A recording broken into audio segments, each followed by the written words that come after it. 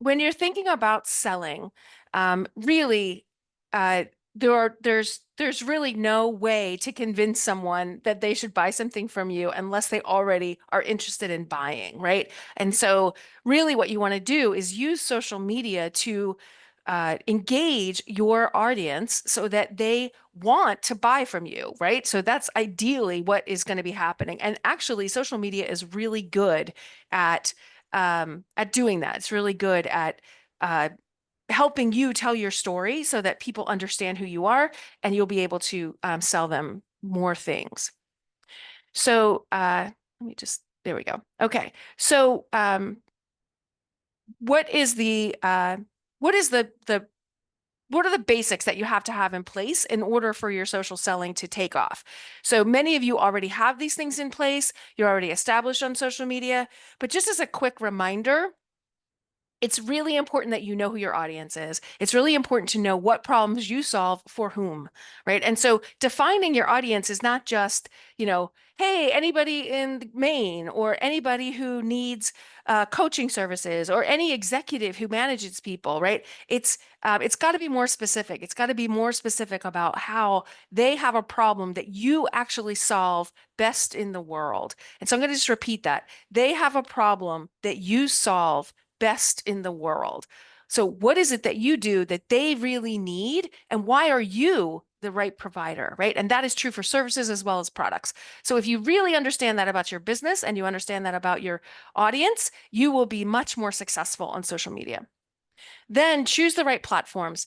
So, if you are selling to professionals and to people in their professional capacity, LinkedIn probably makes sense for you.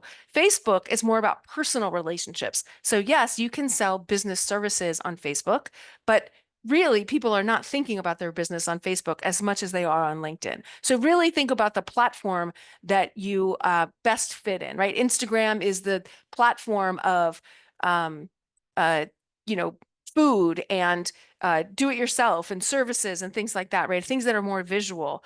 Pinterest can be a great channel for different types of services as well as anything that's in the maker space. So pick the right channel. And again, if you know your audience, you'll know where your audience hangs out, right? There's lots of published data about who hangs out where.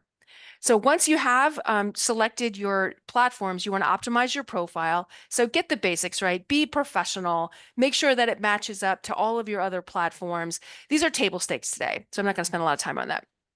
And then the key to this is content. So content is the currency of social media. It is how we communicate via social. It's quite honestly how we communicate in any format. Stories. We tell people stories all the time. We tell them stories in our personal life with our families as well as in our businesses. So it's really about creating an environment where you can tell your story in an environment where people want to hear it.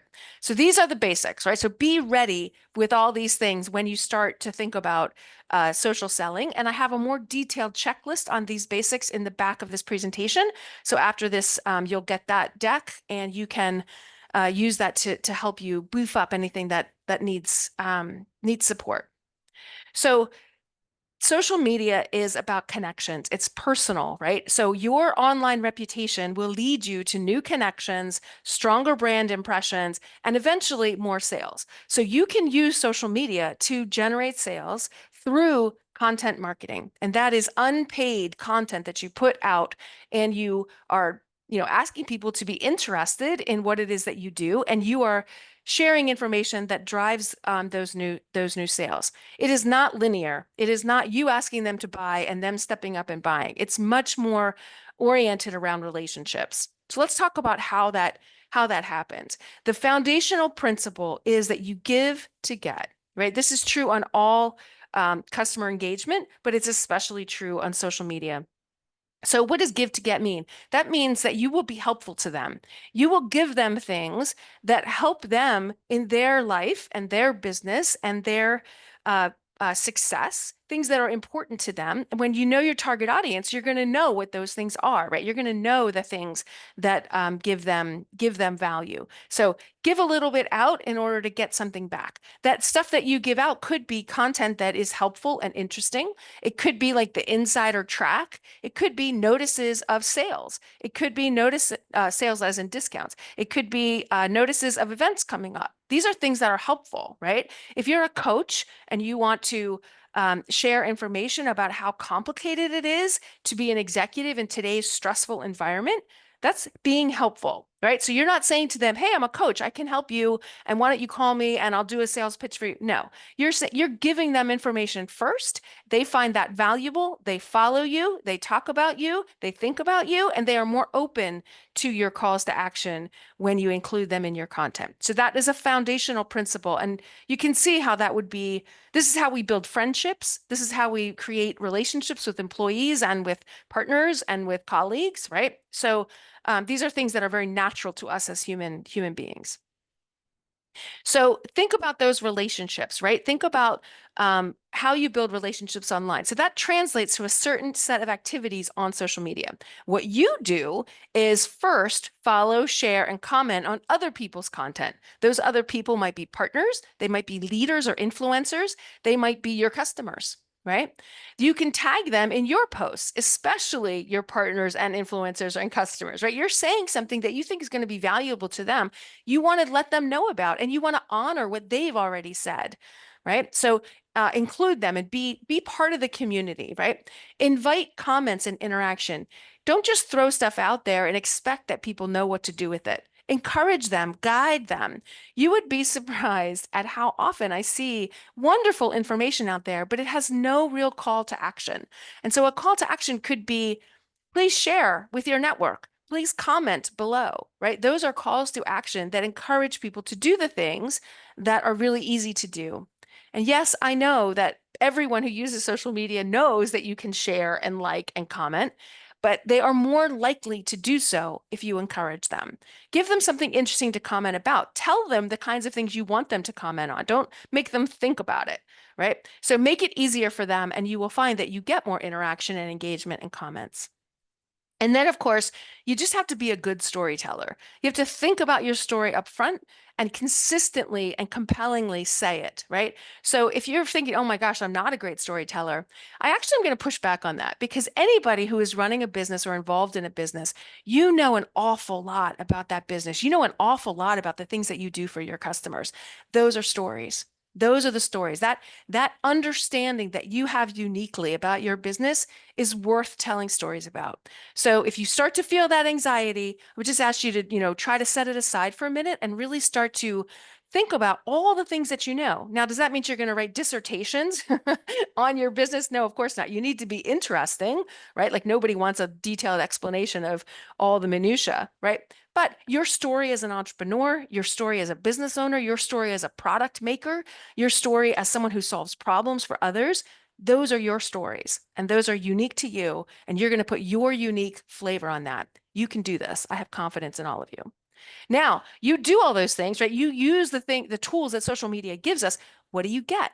Well, what others are going to do back for you is amplify your content, right? They are going to share and like and comment and tag you, right? And they are also going to be understanding more about what it is that you do. They're going to be understanding more about the things that you sell and how you add value in the world. And that is what leads to sales, right? When people understand what you do and they understand how valuable it is, they are going to be interested in talking to you about buying it.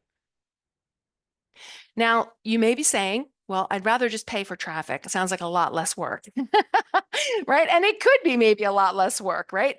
But the difference between doing something organically, which is unpaid, right? Which is you creating this content and a set of followers that understand your business, are engaged with you. You're creating that community. The value of that community is exponentially higher than transactional stuff that you can do through paid advertising. And I'm not saying you shouldn't do paid advertising. I think the two of them work really well together. So let's dive into that a little bit, right? So the community side, the organic side, you are engaging and educating and inspiring people. You're building relationships, right? That's what organic does. That's what this content strategy is going to do for you. But transactionally on the paid side, you're reaching audiences that you don't have today, right? And if you can't find them the first time, they're not going to be part of your community, right? So paid advertising can be a great way of expanding your base, right? So maybe you started this business, but you don't have a lot of contacts in this business. It might make a lot of sense for you to do paid advertising to get people either to visit your website or sign up for your email list or even just follow you on social media so that they can learn and be part of it, right? So they definitely work together, right? And you can, think about how they work together. Today, we're going to focus on the organic side, but I do think that paid has a place, and you just want to find that right balance. It is really easy to spend a lot of money on social media and not get anything out of it. It's really easy to have that happen. So if you are going to be spending money on social media, I encourage you to talk to someone who does this for a living, right? You can talk to us at SCORE, but we're not an agency, right? So you really want to talk to someone who knows what they're doing so that you really understand. And that investment, even for the first couple of months, to get you more knowledgeable about how paid works, is probably going to be worth it. All right. So how do you kind of get started with content marketing, and what assets do you have in order to get that done? So the first thing to do is some research, right? So check out how your competitors and influencers in your space and other leaders use social media, and while you're at it, follow them. I like to actually make a grid and collect information about the number of followers and what kind of content they have, and how which platforms they're on, and what kind of calls to actions they have. Because while you're doing your research, collect as much information and document as possible so that you have it and you can use it to make decisions later. That's how I like to do it. Some people just go and sort of absorb it, and it just becomes part of their psyche. So you know yourself, you know how you work. Um, then what you want to do is create a calendar. So you'll create a calendar of maybe 6 months, maybe 12 months of all the content that you are going to produce between now and the end of the year, or now until the end of next year, maybe. And that will help you stay organized and stay focused. We're going to talk about that, and I have some tools for you. Then you're going to track what works. You're going to look at the analytics and the reporting, and you're going to do more of what works, right? More of what drives engagement and what drives interest from your audience. And you're going to do less of the things that don't, right? So if you're not tracking it and you're not looking at it and you're not organizing, then you are going to be just guessing. And you can get so far with guessing, right? But you're not going to get optimized through guessing, right? You want to be a little bit more planful about it. And I would posit that you can do all of this in about 20 to 40 minutes per week, to really focus on your social media strategy. So if you're organized, you should be able to be much more efficient. So it might take a little bit of work up front, but you don't need to be spending every day on social media in order to get value out of it. So hopefully you'll see how these tools work, and you will be convinced that you should try it. Now, what should you post? What should you post? There's lots of different types of posts. These are sort of four categories, but they're not totally inclusive. So there's probably others. But again, this chart kind of shows you the kind of information you want to be thinking about to be purposeful and planful. So for instance, if you are doing sort of some engagement and inspiration types posts, right? So again, like you're giving to get.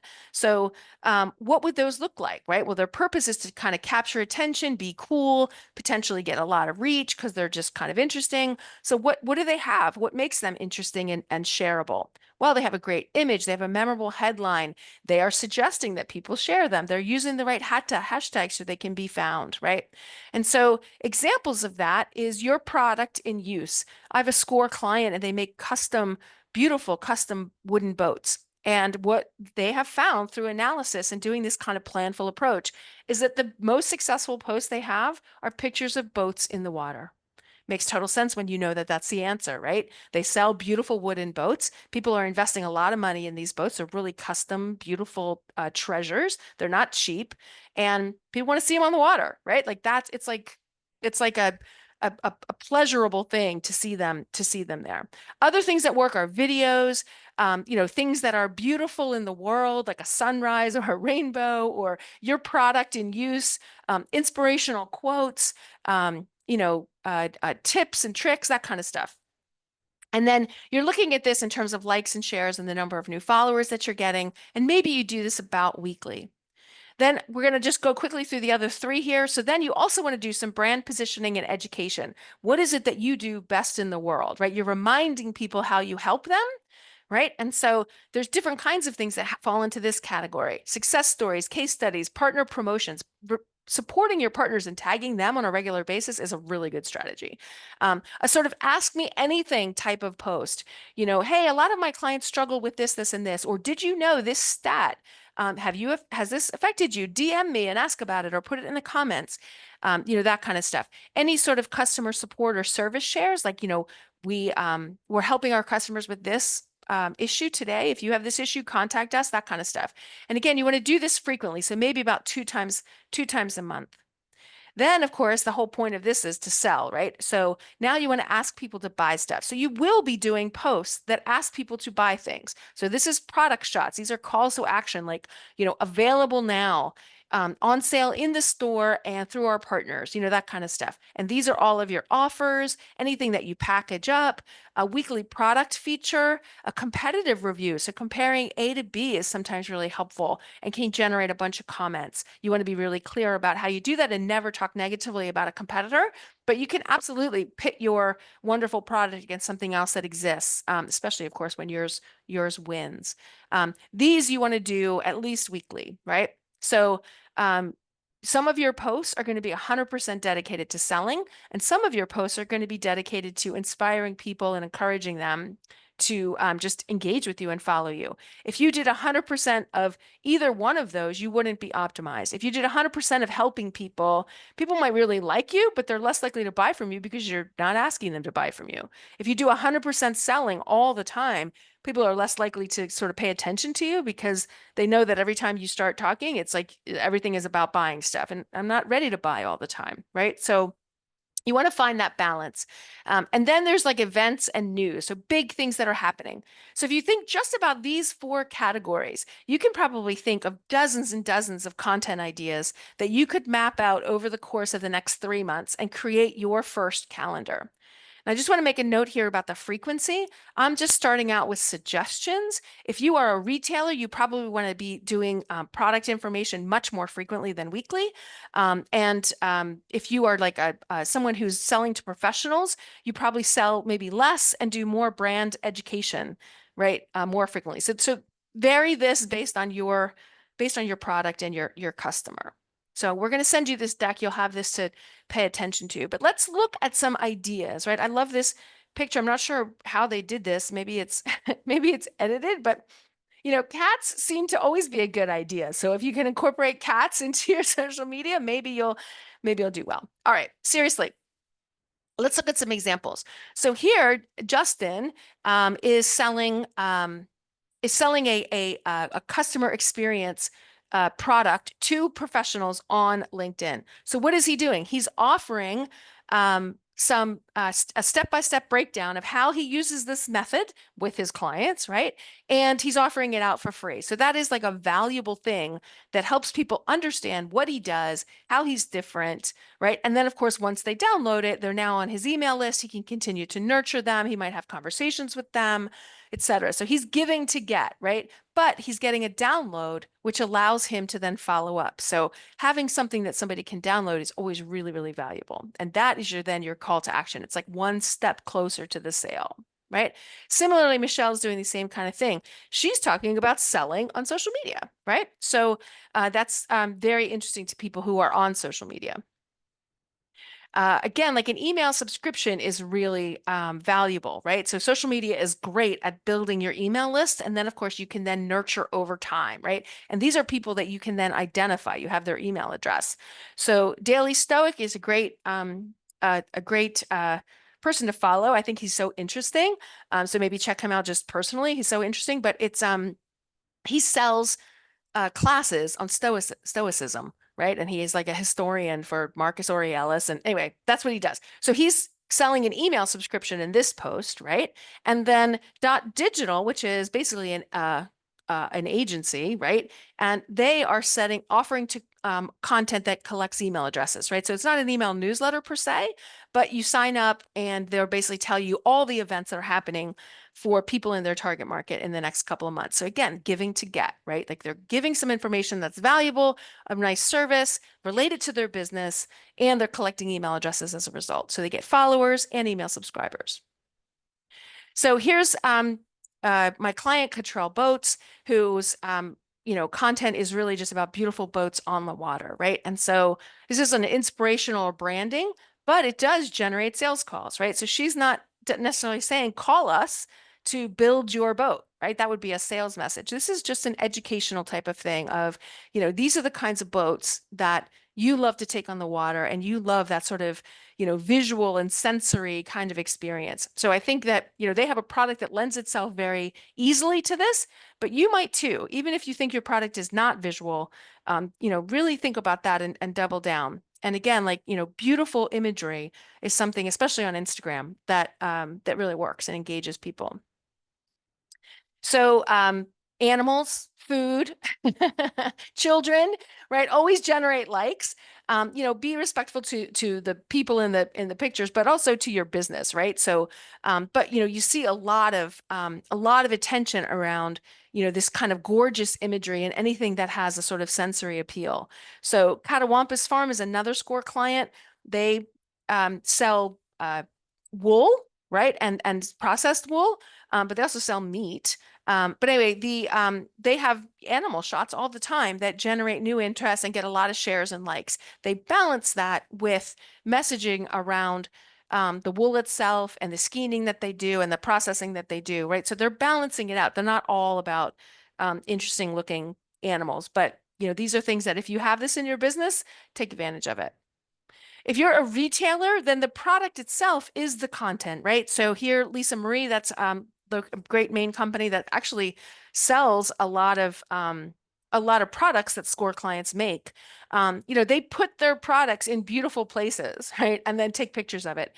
Amazon, which has a much bigger budget than Lisa Marie, I'm assuming, creates these videos, right? And so, it's sort of like an eye candy stopping kind of thing. And the product in this is that outfit that she's wearing. So again, like, making your stuff stand out and creating some sort of visual stuff. So when you're a retailer, you might have some good opportunities here.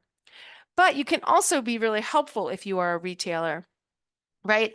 So, it's sort of responding to the weather, talking about one of the products that they're in, talk about some of their nonprofit work, right? So these are the kinds of posts that people engage with because they are not blatant selling, but they're about the types of things that the company sells, right? Telling your origin or your anniversary story is always wonderful for your followers. And, you can get 10 or so posts out of one good anniversary story, right? So if you're creating a video, post that video and tell your story, but then break it apart and have your partners comment on your story, have your customers comment on your story, talk about how something happened today that was related to your story, see somebody else's story out there and congratulate them on their anniversary, right? So I think, the storytelling, that's, think broadly about the storytelling. And if you're creating relationships with people, they are going to be interested in some of this kind of information. And of course, celebrating your customers is always a good idea. So SCORE Maine is really good at this. People look at this and they say, successful business owner, I want to be like her, right? So this is a natural source of content for anyone who's who is working with businesses, right? So any sort of B2B company, you have an opportunity to celebrate your customer's success. And by nature, be part of that success, be part of that story. So that's always a good opportunity. So I hope that gives you some sense. I know we have limited time, but I hope that gives you some sense of the kinds of things that can work, right? There's other things that always work as you sit down and think about your content calendar.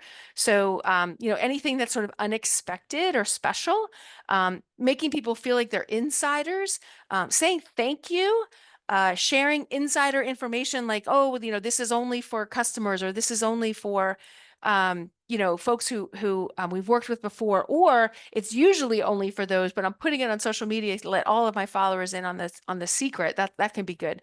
Asking for referrals, taking a survey or a poll, sharing statistics that you see that somebody else did. All those things can really be great at gathering information. So if you're kind of stuck for, well, how do I do those kind of inspirational, branded, educated or educating type of posts? These are some ideas that might help you. Now, you're probably wondering, all right, that sounds all really great, but I got a business to run. So how am I going to create all of that content and still run my business?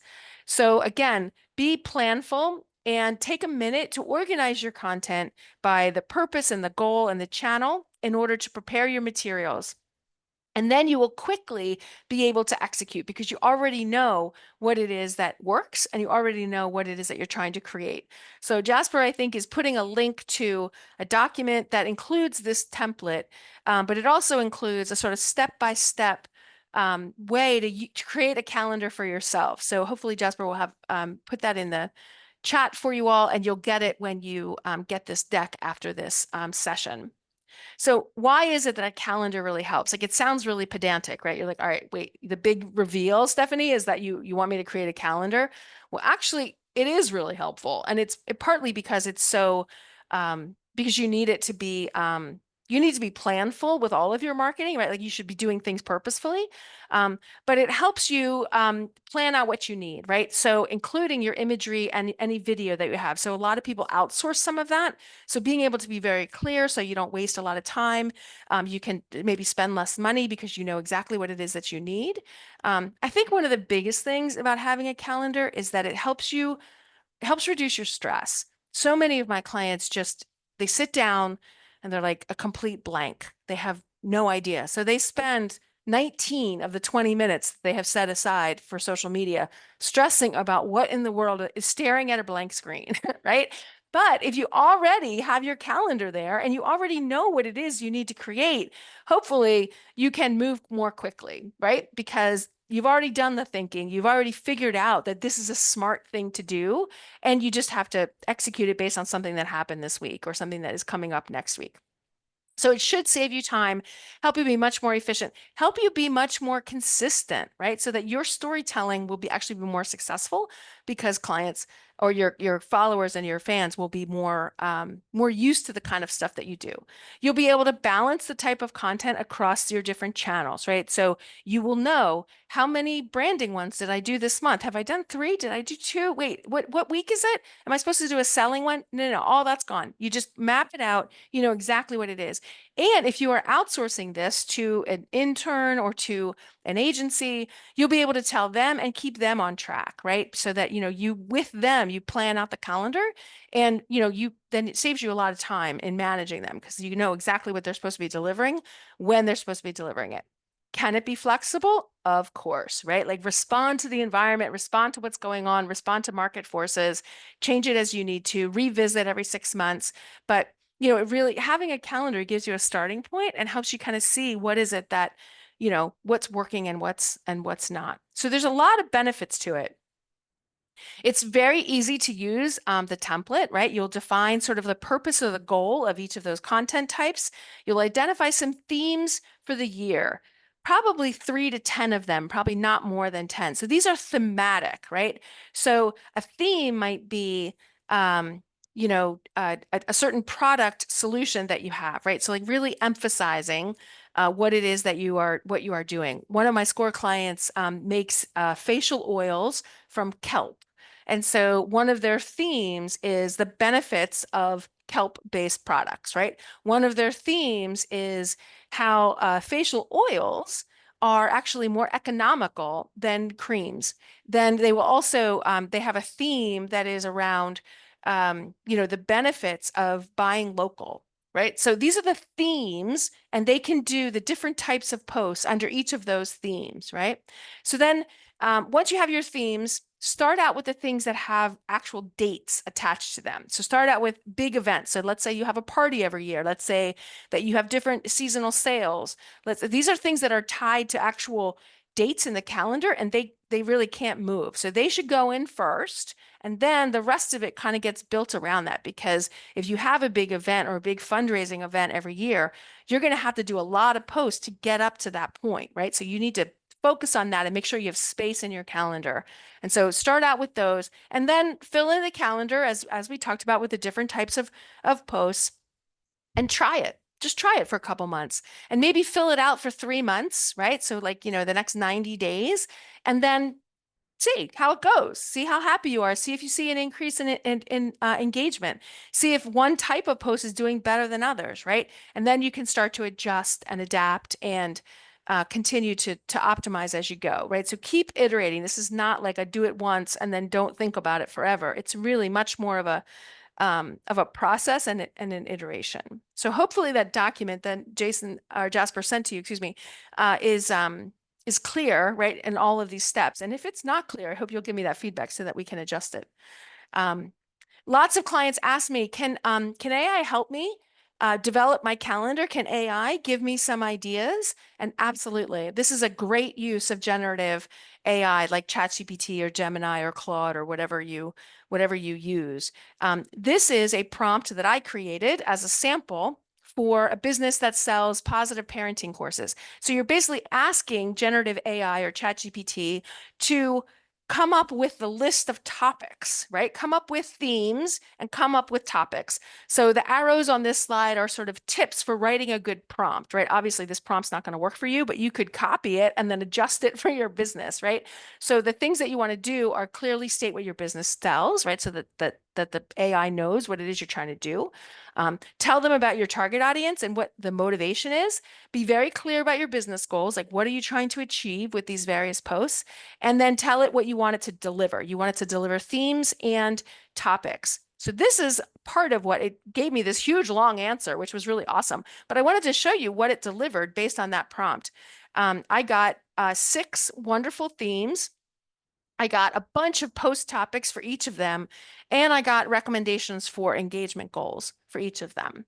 So some of these are pretty good, and they're things that I wouldn't have necessarily thought. Are they perfect? No, of course not. But it's a great starting point. So AI is a great thought partner, and you can absolutely use it to develop your calendar ideas, right? You probably don't want to use it to write your posts because it's going to, all your posts are going to sound like AI wrote them. But if you're a sophisticated ChatGPT user, you can definitely use it and train it in your own voice and your own authentic space. And so that's a whole different webinar that we can talk about later. But I definitely think this is a good use of AI, right? Like helping you come up with the ideas for the calendar itself.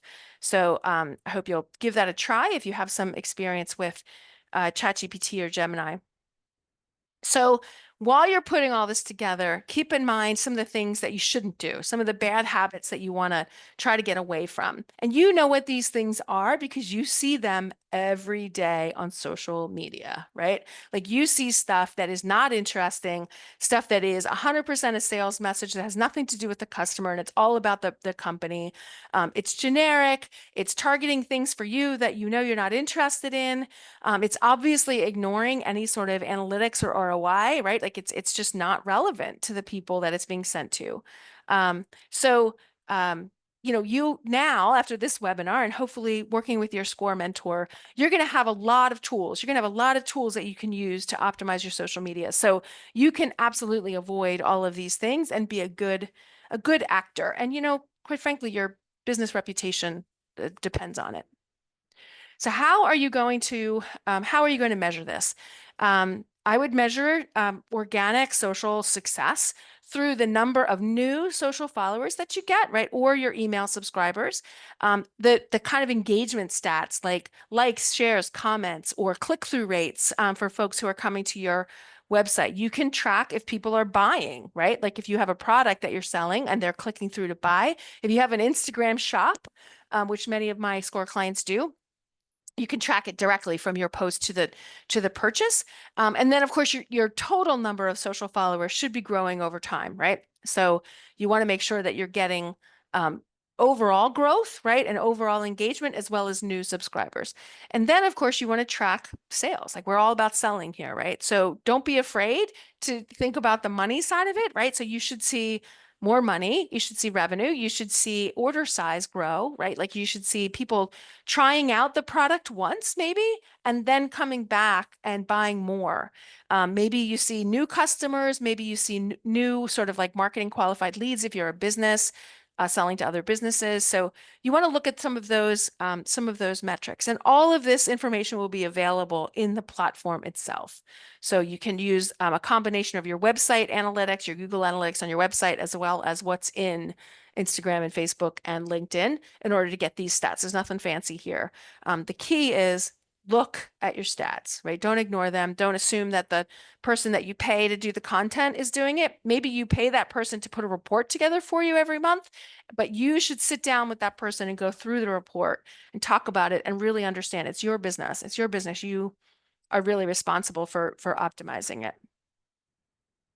So at the end of the day, keep in mind that we're here to build relationships. We're using social media to build the relationships, and you have to understand what it is that they want versus what you want, right? So the platinum rule of marketing is market to others as they would want to be marketed to. It's beyond the golden rule, right, of how you would like to be marketed to. It's how they want it. And so keep that in mind as you put together your content calendar and you consider the things that you are going to be talking about. Really make it all about your customer. And with that, I am going to pause and see if we have any questions. You are now ready to go out there and test and learn with a content calendar that will help you. We definitely have a bunch of links in here for you and other events. So I'll leave that up while we're talking. Jasper, go ahead. Yeah, we had one great one come in from Alan that I is one that I'm always curious about as well. I know I struggle with it on my own socials. Alan is curious about how to keep your content truly fresh all the time. I want my audience to see 100% new content to keep them as engaged and interested as possible. When I see creators who recycle heavily, it makes me disengage from them. That is such a good question. Thank you, Alan. Yeah, so there's two thoughts there. So of course I'm going to say that I think having a calendar will help you keep it fresh because you'll be able to see what it is that you want to say, right? You also, because you're sitting down and you're coming up with 15 ideas because you have to fill in all those cells for each one of the topics, it will force you to come up with new ideas, right? So that ideation stage, and maybe you do it by yourself, maybe you do it with AI, maybe you do it with an employee or a customer or your partner in life, a colleague, a partner, anybody, your score mentor, come up with a bunch of different ideas. So I think being planful up front helps you think through how you're going to tell a story over time and how these things relate to each other.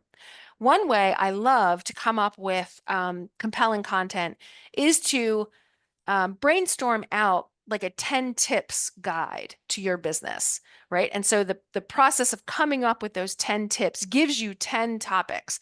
So one great post is the 10 things, right? And then another post for each of the 10 things. So now you have 11 posts out of that, right? It's all about the same content. It's all the same theme. It's all the same asset, the actual tips guide that you put together. And now you've got 11 posts. Potentially you could have 22 posts come out of it because now each one of them is you're doing twice. So if you're stuck, that's sometimes a good way to think about it. So maybe it's not 10 tips, it's 3 tips, it's 5. Definitely not more than 10, but that might be a good way to kind of just generate some new ideas. Okay, so all of that said, it is okay to repurpose content. I think you want to be careful about the frequency and the timing of it. So most businesses have core things that they sell. You have a core differentiator. And so honestly, all of your messaging should include something about that. You want to stay on brand, right? So if you're educating people, it's about how they interact with your product or how your product makes things better. You can definitely repurpose the content of a post. I don't recommend posting the same content multiple times, but you can take thematically a post, change the headline, change the image, maybe change some of the language in it and then repost it, right? If you have a customer testimonial, you can use that same asset, the same testimonial, and post it multiple times. I just wouldn't do it every week for a month, right? But if you did it 4 times a year, you can absolutely repurpose that one. So there is some balancing that you have to do. But I think you can do that in a planful way by mapping it out up front. So that would be my recommendation there. Yeah, I think building off of that, I have a personal question myself.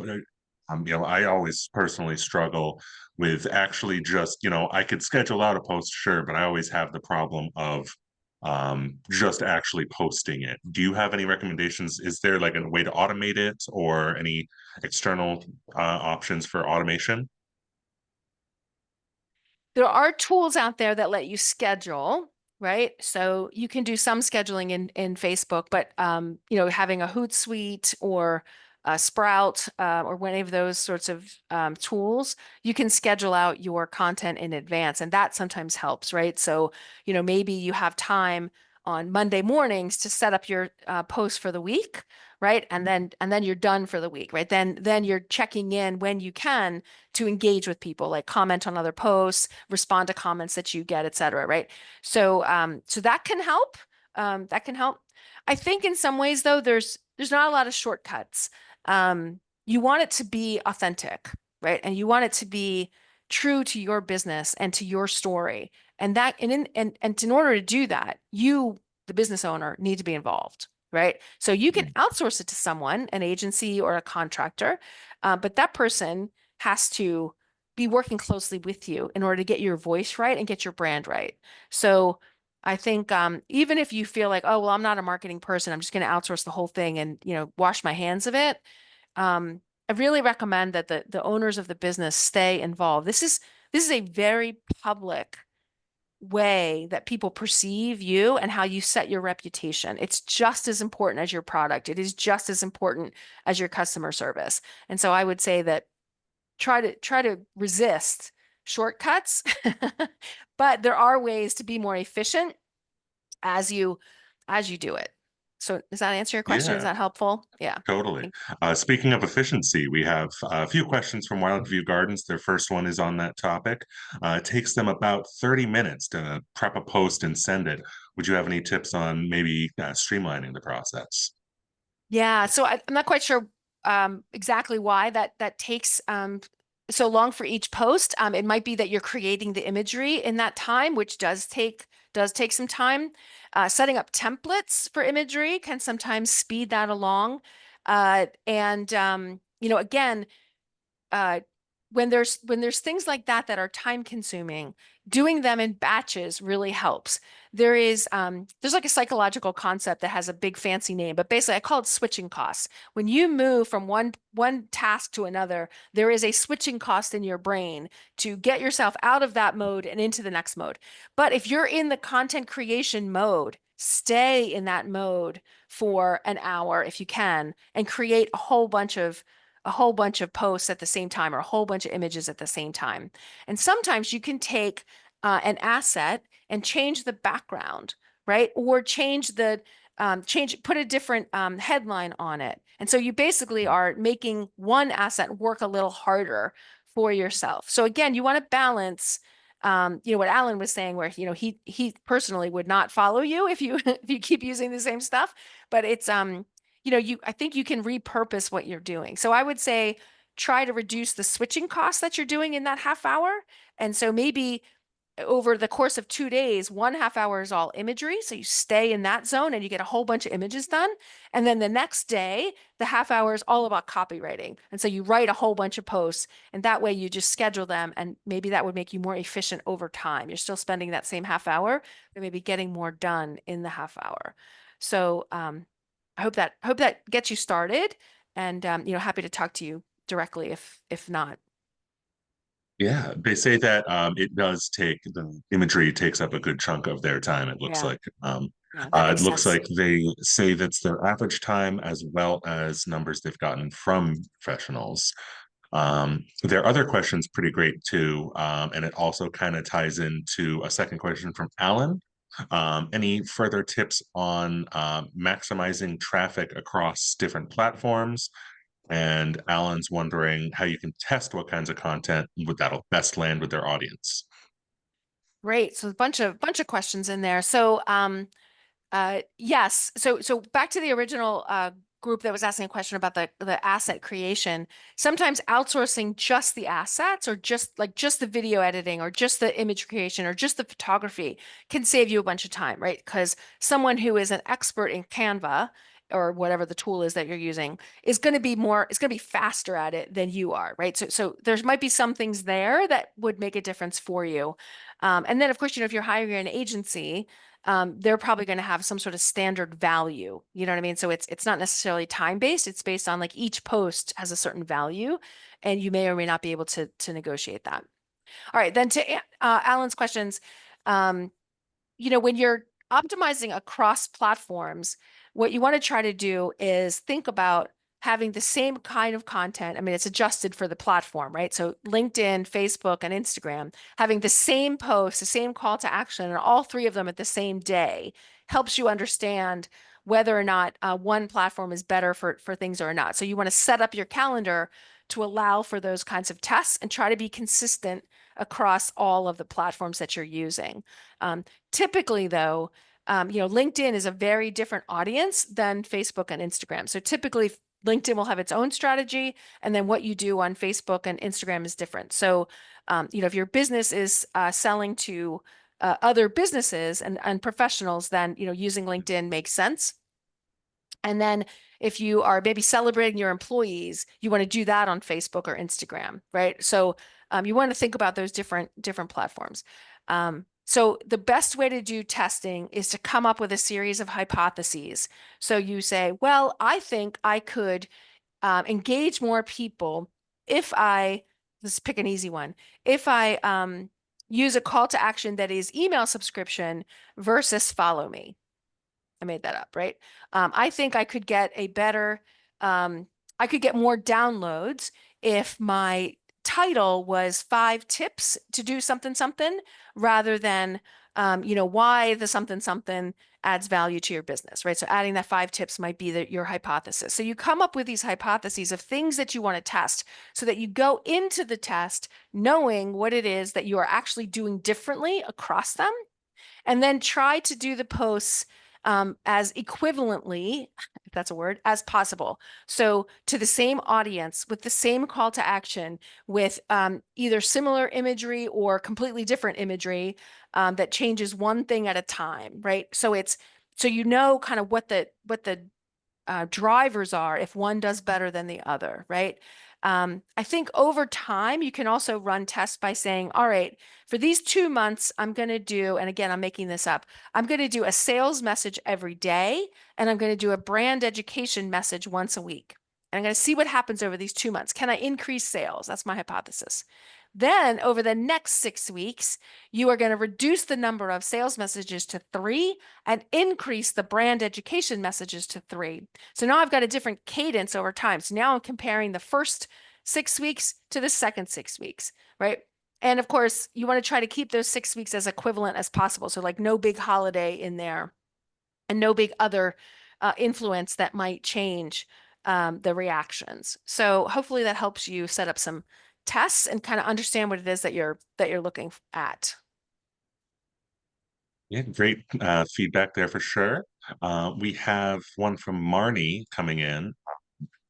For someone who is not tech savvy, is there a direction you could guide someone to seek paid assistance, as well as possibly some good sources of templates and themes for posts? Great. Yeah. So there's a number of things you can do. So if you Google, great Instagram templates, you'll probably find a bunch of stuff. There are virtual assistants who are very skilled at creating social content at your direction. So many of them live outside of the United States. And so, that's an option that can be really affordable.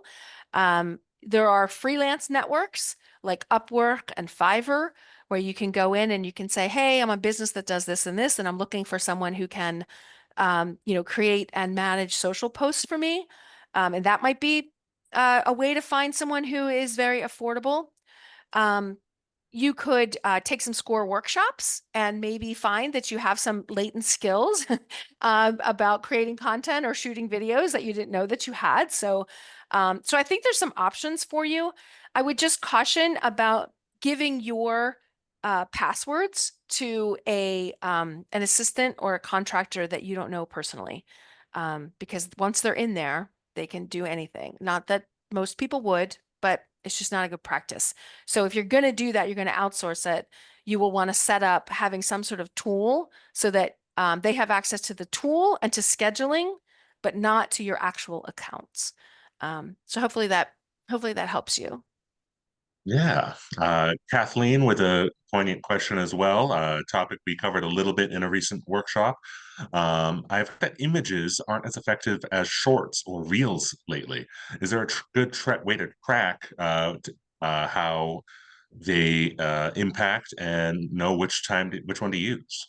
Yeah. Video and reel, which are what reels are, do tend to do really well.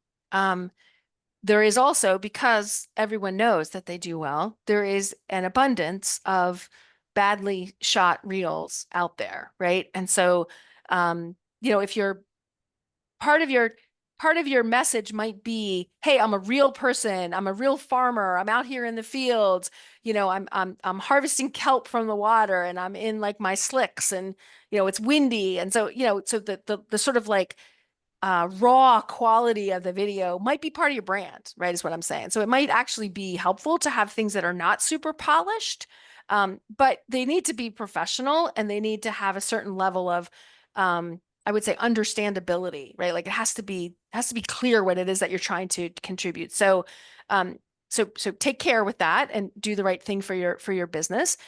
Test it out. There's a lot of people who do reels just by like talking into their phones, right? Like, so you just, you push the button and you just talk, right? And you do this thing of like, hey, I'm here in the store, or I'm here in the workshop, and, we're doing this today and it's really exciting. One of my clients used to, she sold her business, but her business used to be creating eco-friendly um, uh, household cleaners, right? And deodorizers and stuff like that. And so she would do these reels from the workshop floor and talk about the bottling and she would bring to life the smells of the ammonia and the sort of cleanliness of the beautiful eucalyptus smells. I mean, she would bring all this stuff forward, and she was very effective just being herself there, doing this thing that she loved and really believed in. Um, so I feel like what I'm trying to say is be professional, but don't overthink it. Right? And so try it. And the way to test it and to know whether or not Reels works for you is to put some Reels out there, right? Put some Reels out there and also put out some still images with the same kinds of content and the same calls to action. Maybe not do that on the same day, maybe not even the same week, but do that over time a couple of times and see, do I get a lot more reaction? Does it make a difference? And then you'll be able to go forward with more purpose and more intention. Hmm. Yeah, and I guess that brings up a similar topic on as far as timing goes. Katie Sol Delorme said, wonders, I was at another marketing class and they suggested you time the Insta post versus Facebook versus LinkedIn. If you're having the same topic, spread it out on different days as folks tend to check all the things at once. Would you think that gets more engagement? Hmm. Yeah, not sure exactly what you're saying. So the same topic, you would either do it exactly on the same moment or pace it out so that you get some frequency going, right? So, Those are yeah, go ahead. so what they said is, so you write a post and it could go to Instagram, and you started on Instagram, you could make it for Facebook, but instead just do the Instagram and 3 days later post it to Facebook. And, if you have multiple platforms, then to the next thing, and really more customize it to each platform, obviously. But Mhm. because people tend to like me, I open my phone, I check all my Insta accounts, I check all my Facebook accounts, and then I close it. And if you see it in Facebook, you're just going to go, oh, that's the same thing. And so they just said it's like another way to get someone to do some business recognition. Hmm. I can see their point. Thank you for clarifying that.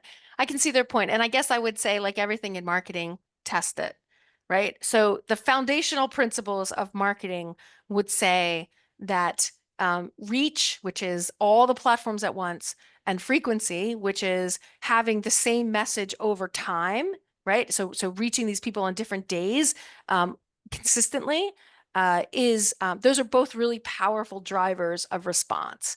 So you're basically what this person is suggesting to you is that you can balance them. You can balance the reach by, kind of spreading out your posts. Sure, try it. It might work. I would say too that like it would be more likely to work or at least have that impact if you have the same exact audience on all those platforms, but you probably don't. So you're going to have some overlap, but you could test it. You could test it and see. I could see the logic there, but I personally feel like you'd be better off focusing on the channels that the platforms that make the most sense for your business and really making sure your strategy on that platform is optimized.